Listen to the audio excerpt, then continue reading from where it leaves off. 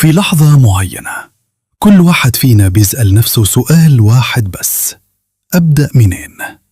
أول حقيقة لازم تفهمها إن البداية من الصفر مش معناها إنك فشلتي، لكن معناها إنك قررتي ما تكمليش غلط. أول خطوة حقيقية إنك تركز على اللي عايزه مش على اللي خايف منه، لأنه عقلك دايماً بيمشي ورا الشيء اللي بتفكر فيه. بعد كده التغيير مش ضغطة زر، التغيير خطوات صغيرة بس ثابتة. واجه خوفك بدل ما تهرب، اعترف بأخطائك بدل ما تبررها، صلح علاقاتك اللي تستاهل وابعد عن اللي بتسحبك لتحت.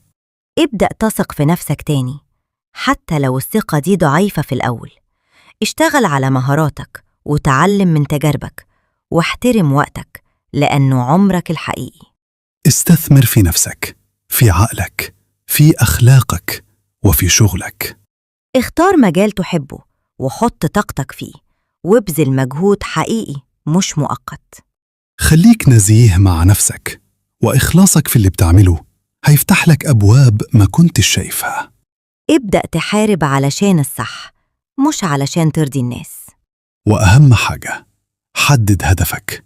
الهدف هو اللي هيخليك تقوم كل يوم حتى وانت تعبان.